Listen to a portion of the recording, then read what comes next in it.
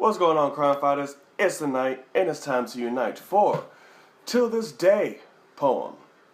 Looks like it's a bullying or anti-bullying poem.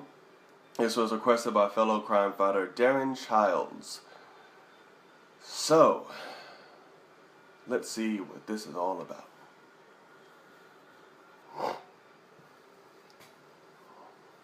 When I was a kid, I used to think that pork chops and karate chops were the same thing. I thought they were both pork chops. And because my grandmother thought it was cute, and because they were my favorite, she let me keep doing it. Not really a big deal. One day, before I realized fat kids are not designed to climb trees, I fell out of a tree and bruised the right side of my body. I didn't want to tell my grandmother about it because I was scared I'd get in trouble for playing somewhere I shouldn't have been. A few days later, the gym teacher noticed the bruise and I got sent to the principal's office. From there, I was sent to another small room with a really nice lady who asked me all kinds of questions about my life at home. I saw no reason to lie. As far as I was concerned, life was pretty good. I told her whenever I'm sad, my grandmother gives me karate chops. This led to a full-scale investigation. And I was removed from the house for 3 days until they finally decided to ask how I got the bruises. News of this silly little story quickly spread through the school and I earned my first nickname, Pork Chop. To this day, I hate pork chops. I'm not the only kid who grew up this way. Surrounded by people who used to say that rhyme about sticks and stones. As if broken bones hurt more than the names we got called, and we got called them all. So we grew up believing no one would ever fall in love with us. That we'd be lonely forever. That we'd never meet someone to make us feel like the sun was something they built for us in their tool shed. So broken heartstrings bled the blues as we tried to empty ourselves so we would feel nothing. Don't tell me that hurts less than a broken bone. That an ingrown life is something surgeons can cut away, that there's no way for it to metastasize, it does. She was 8 years old. Our first day of grade 3 when she got called ugly. We both got moved to the back of class so we would stop getting bombarded by spitballs. But the school halls were a battleground where we found ourselves outnumbered day after wretched day. We used to stay inside for recess because outside was worse. Outside, we'd have to rehearse running away or learn to stay still like statues, giving no clues that we were there in grade 5. They tipped a sign to the front of her desk that read, "Beware of dog." To this day, despite a loving husband, she doesn't think she's beautiful because of a birthmark that takes up a little less than half her face. Kids used to say she looks like a wrong answer that someone tried to erase but couldn't quite get the job done. And they'll never understand that she's raising 2 kids whose definition of beauty begins with the word mom. Because they see her heart before they see her skin. Because she's only ever always been amazing. He was a broken branch grafted onto a different family tree. Adopted. Not because his parents opted for a different destiny. He was 3 when it became a mixed drink of 1 part left alone and 2 parts tragedy. Started therapy in 8th grade. Had a personality made up of tests and pills. Lived like the uphills were mountains and the downhills were cliffs. 4/5 suicidal, a tidal wave of antidepressants, and an adolescence being called pauper.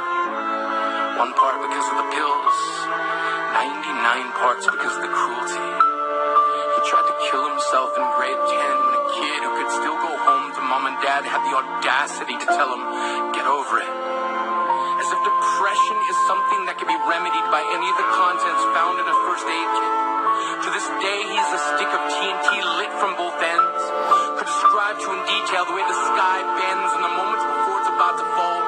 And despite an army of friends who all call him an inspiration, he remains a conversation piece between people who can't understand. Sometimes being drug-free has less to do with addiction and more to do with sanity.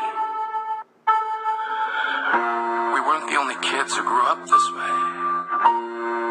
To this day, kids are still being called names. The classics were, "Hey, stupid," "Hey, spaz." Seems like every school has an arsenal of names getting updated every year. And if a kid breaks in a school and no one around chooses to hear, do they make a sound? Or they're just background noise from a soundtrack stuck on repeat when people say things like kids can be cruel? Every school was a big top circus tent, and the pecking order went from acrobats to lion tamers, from clowns to carnies. All of these miles ahead of who we were freaks. Lobster clawed boys and bearded ladies. Oddities juggling depression and loneliness, playing solitaire, spitting the bottle, trying to kiss the wounded parts of ourselves and heal. But at night, while the others slept, we kept walking the tightrope. It was practice, and yes, some of us fell. But I want to tell them that all of this is just debris left over when we finally decide to smash all the things we thought we used to be. And if you can't see anything beautiful about yourself, get a better mirror. Look a little closer. Stare a little longer. Because there's something inside you that made you keep trying despite everyone who told you to quit. You built a cast around your broken heart, and signed it yourself. You signed it. They were raw. Because maybe you didn't belong to a group or a clique. Maybe they decided to pick you last for basketball or everything. Maybe you used to bring bruises and broken teeth to show and tell but never told. Because how can you hold your ground if everyone around you wants to bury you beneath it? You have to believe that they were raw. They have to be wrong. Why else would we still be here? We grew up learning to cheer on the underdog because we see ourselves in them. We stem from a root planted in the belief that we are not what we were called. We are not abandoned cars stalled out and sitting empty on some highway. And if in some way we are, don't worry. We only got out to walk and get gas. We are graduating members from the class of we made it. Not the faded echoes of voices crying out names will never hurt me. Of course, they did. But our lives will only ever always continue to be a balancing act that has less to do with pain and more to do with beauty.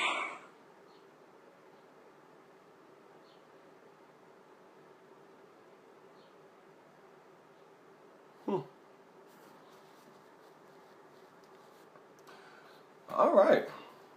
That was pretty moving, actually.